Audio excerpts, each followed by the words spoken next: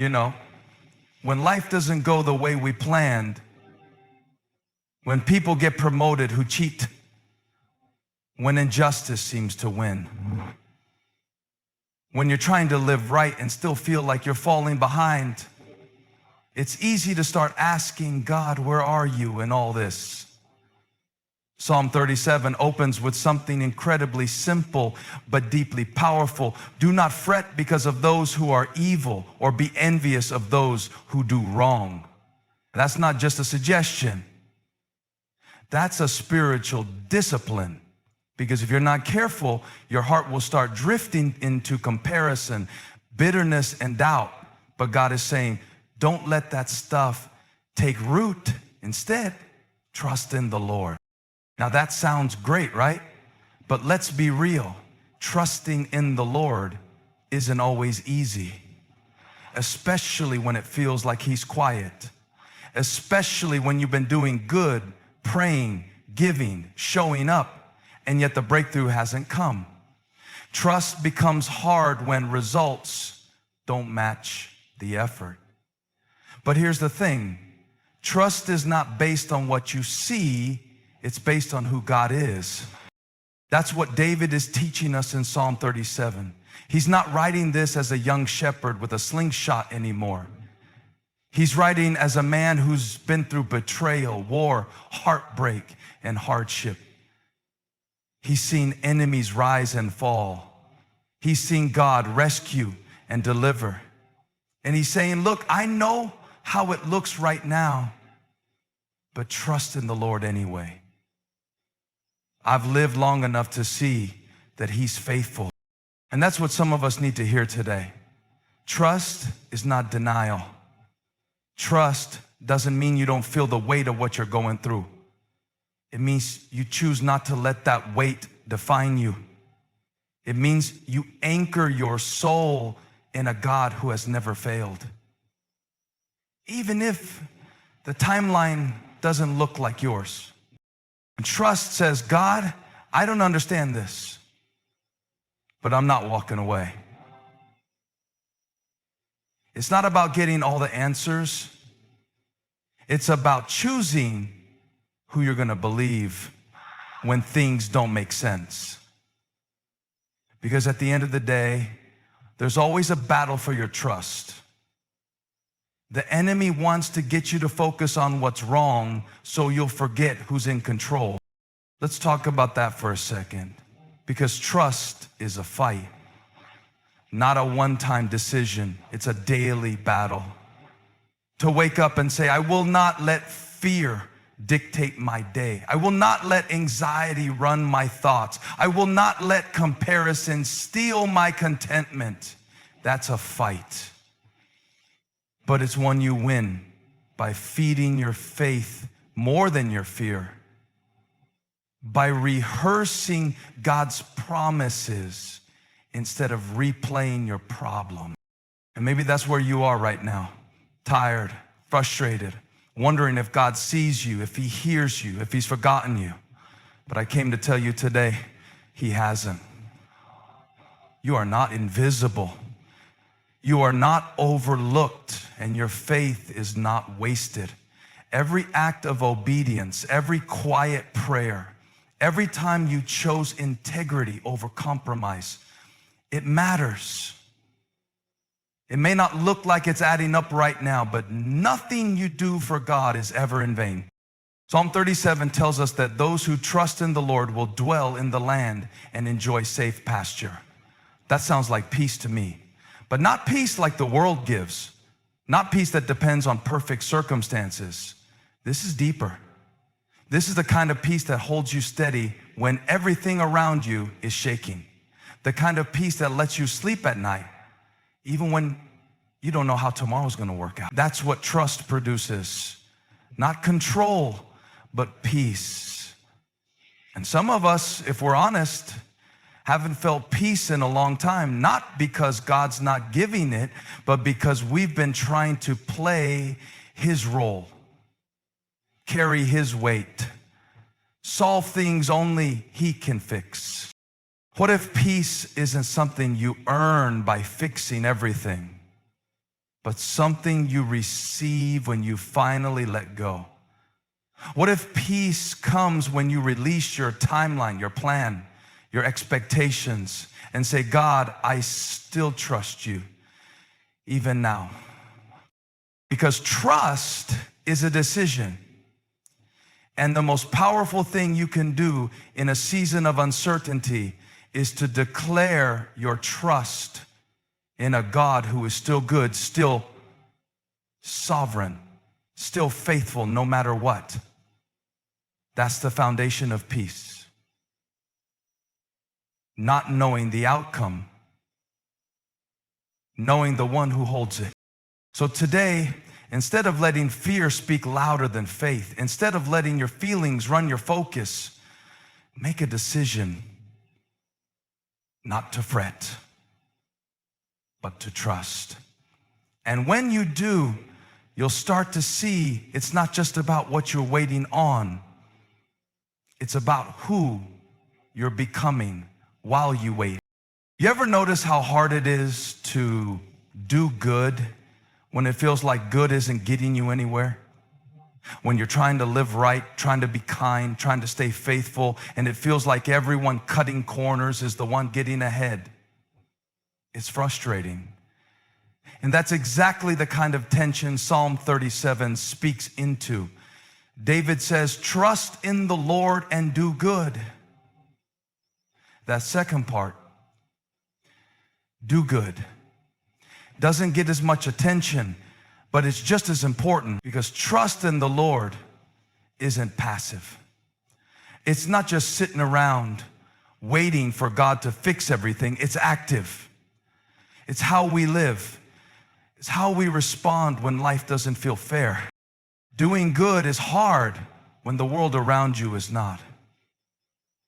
It's hard when people treat you like your kindness is weakness. It's hard when you see corruption getting rewarded and integrity getting overlooked. But David is saying, keep doing good anyway. Not because it always pays off immediately, but because it's who you are. Because that's the kind of life that honors God, even when the results aren't instant. And here's the deeper part.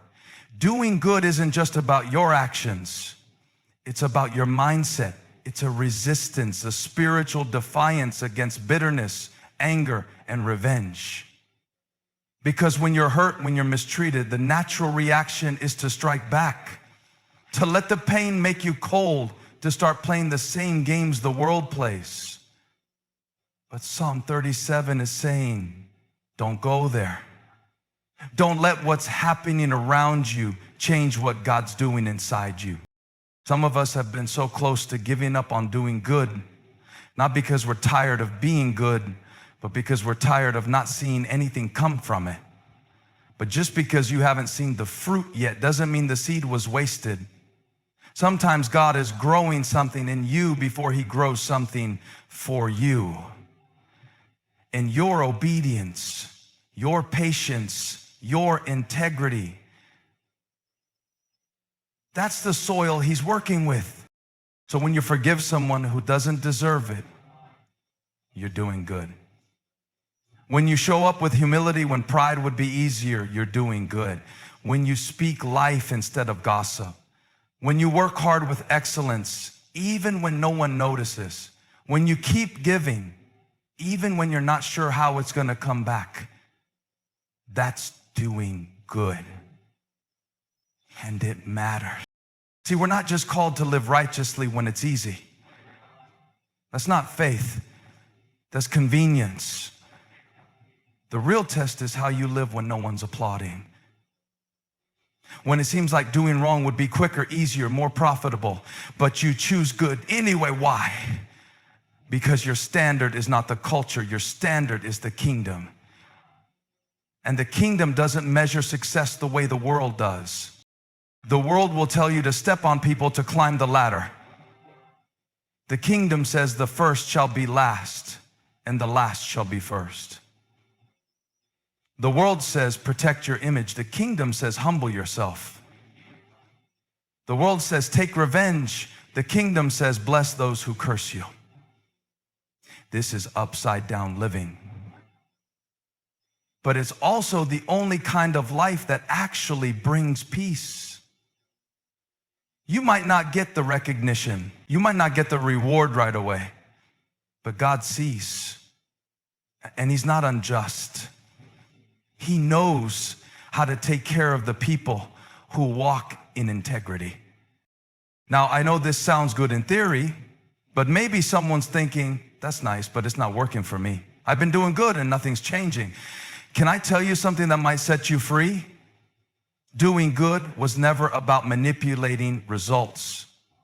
It's about maintaining character. It's about walking with God, not bargaining with Him. You don't do good to get your way. You do good because He's worth it. There's a line in verse 3 that says, dwell in the land and enjoy safe pasture. That means stay where God planted you. Don't run from it. Don't abandon it. Keep showing up. Keep planting good seed. And in due season, when it's God's timing, you'll reap a harvest. That's a promise. So no, doing good doesn't always give you instant results, but it always builds eternal roots. It builds a life that's unshakable. It forms a heart that's free from the poison of revenge and resentment. And that's the kind of life that shines when everything else fades. There's this verse in Psalm 37 that almost feels too good to be true. It says, delight yourself in the Lord, and He will give you the desires of your heart. And if you just read that real quick, it sounds like a spiritual vending machine, right? Like, okay, God, I'll smile during worship. I'll read my Bible. I'll say all the right things. And in return, you'll give me what I want. But that's not what it means. Not even close. This verse isn't a transaction. It's a transformation. When David says, delight yourself in the Lord, he's talking about something much deeper than religious behavior.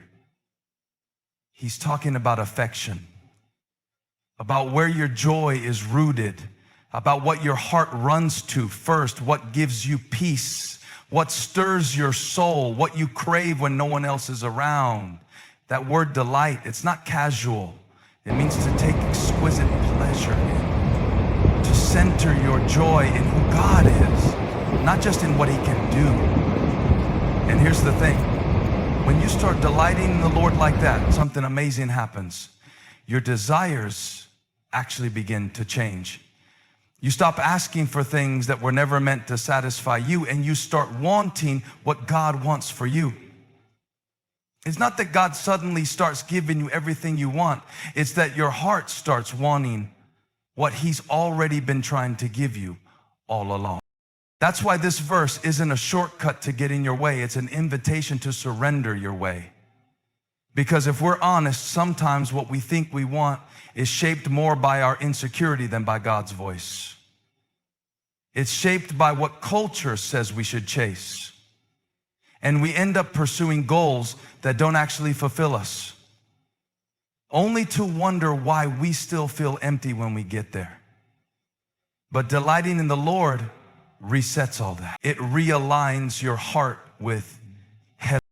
This isn't about becoming more religious. This is about becoming more connected. When you truly begin to enjoy God, not just serve Him, not just ask Him for things, but actually enjoy being with Him, you stop living on the surface. You stop measuring God's love by your circumstances and start anchoring your soul in His presence. That's the difference between delight and duty. Because let's be real, some of us are exhausted trying to do the right things with the wrong heart. We're checking the boxes, but there's no joy in it. And God's not asking for a performance. He's inviting you into relationship. He doesn't want you to fake it. He wants to fill you. And when you let him do that, you'll be amazed at how your desires begin to align with your purpose. Think about that. Think about how many of the things you used to crave no longer have the same grip on you. That's not accidental. That's God doing heart surgery. That's him reshaping you from the inside out, because delight changes direction. It shifts your prayers. You stop just asking God to fix stuff and start asking him to use you, to mold you, to move in ways that only he can. And that's where freedom lives. Some of you might be wondering, how do I even start to delight in the Lord? It's not about doing more. It's about noticing more. It's waking up and choosing to see God's hand in your day. It's turning ordinary moments into holy ones. It's choosing worship when you feel worry. It's sitting in silence just to be with him, not to get anything from him. It's paying attention to the small ways he's already blessing you, already guiding you, already reminding you that he's near. Delighting in the Lord isn't always flashy. Sometimes it's just you and God in the middle of a quiet morning when no one's watching, and you choose to say, I'm still here, God. And I still want you more than anything else. That's what moves his heart. Not perfection, not performance, just presence. And then, as your desires begin to line up with his, the promise unfolds. He will give you the desires of your heart, not because you earned it, but because he placed those desires there. He formed them, shaped them, refined them. And now he's bringing them to life in a way you never could have orchestrated on your own.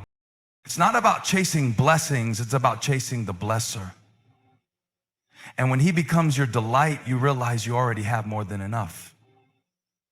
You realize the thing you've been searching for in success or approval or relationships, you already have it in him. There's a moment in Psalm 37 where David says, commit your way to the Lord, trust in him, and he will act. That sounds powerful, doesn't it? But let's slow down and really think about what that means.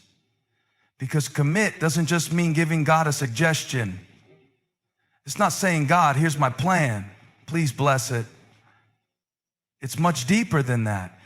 The Hebrew word for commit literally means to roll something over, to place the full weight of it on something else. So when David says, commit your way to the Lord, he's talking about fully surrendering, not just your plans, but your path, your process, your preferences, and yes, your outcome. And let's be honest, surrendering the outcome is one of the hardest things to do. Because we love control. We love to manage, to plan, to predict, to map it all out. But faith doesn't work that way. Faith is trusting God with how it turns out, even when you have no idea when it will happen or what it will look like. Some of us are carrying around a heavy load today, not because God gave it to us, but because we haven't rolled it over to him. We're trying to figure it out, fix it, force it, and God is saying, if you'll just give it to me, I'll take it from here. But the problem is we keep putting things in God's hands and then snatching them back the moment things feel uncertain. Have you ever done that? You pray, God, I give this to you, but 2 hours later, you're anxious again, strategizing again, second guessing again. Because deep down, you were never really surrendering the outcome. You were just hoping God would follow your script. But God doesn't bless our blueprints. He blesses our obedience. That's why this word commit is so critical. It means you don't just ask God to join your way, you give him your way.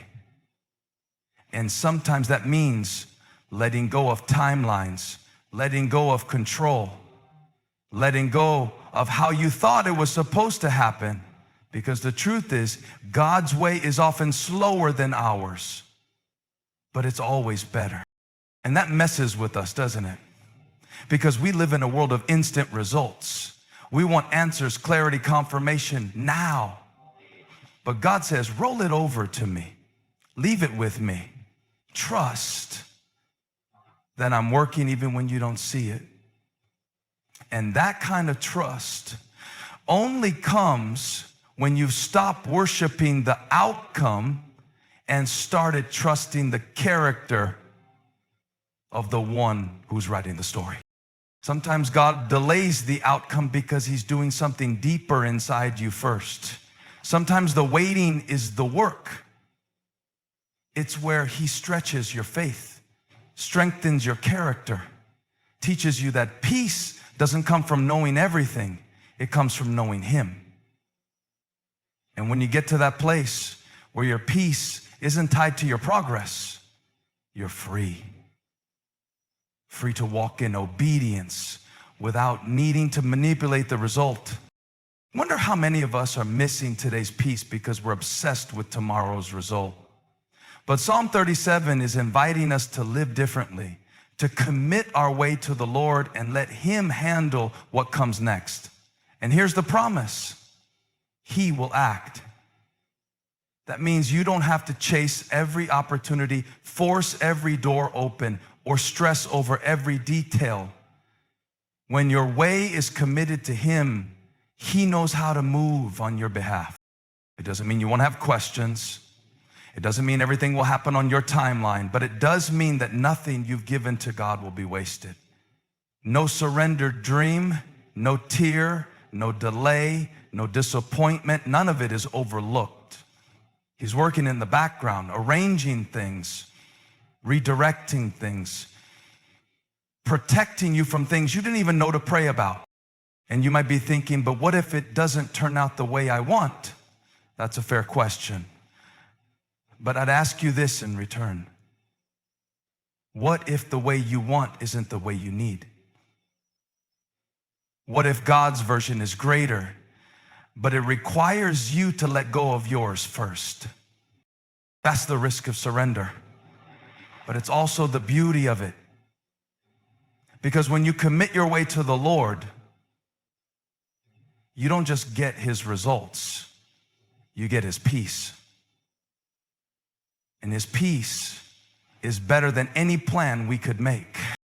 So maybe it's time to stop managing everything. Stop holding your breath until you get the result you hope for.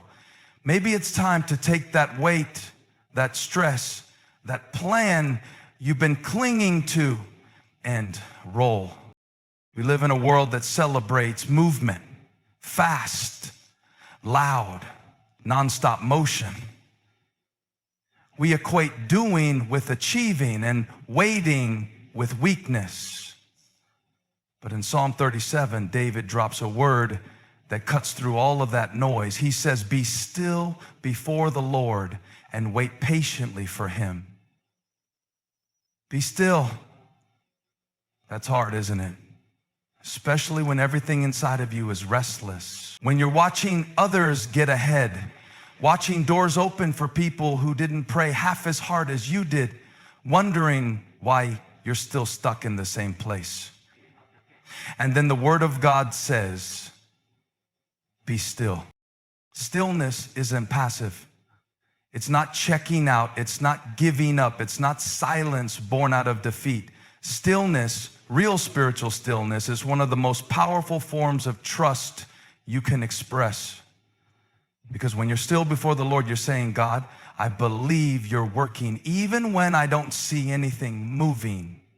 It's choosing to wait when everything in you wants to rush. It's resisting the urge to run ahead and fix it yourself. It's what faith looks like when it's mature. But let's be honest, that's a fight. Because your flesh will scream for action. Your emotions will try to write a narrative that God forgot about you. You'll feel like you're behind, Like if you don't make something happen now, you'll miss your moment. But here's the truth. What God has for you, no one else can take. Not their speed, not their success, not their spotlight. When you're still before the Lord and you're not falling behind, you're falling in line with the pace of grace. We don't talk about that enough, the pace of grace, because grace doesn't rush. Grace moves with purpose. Grace is never late. Grace is never chaotic. And if we're going to live in the rhythm of God's plan, we've got to learn how to stop striving and start trusting.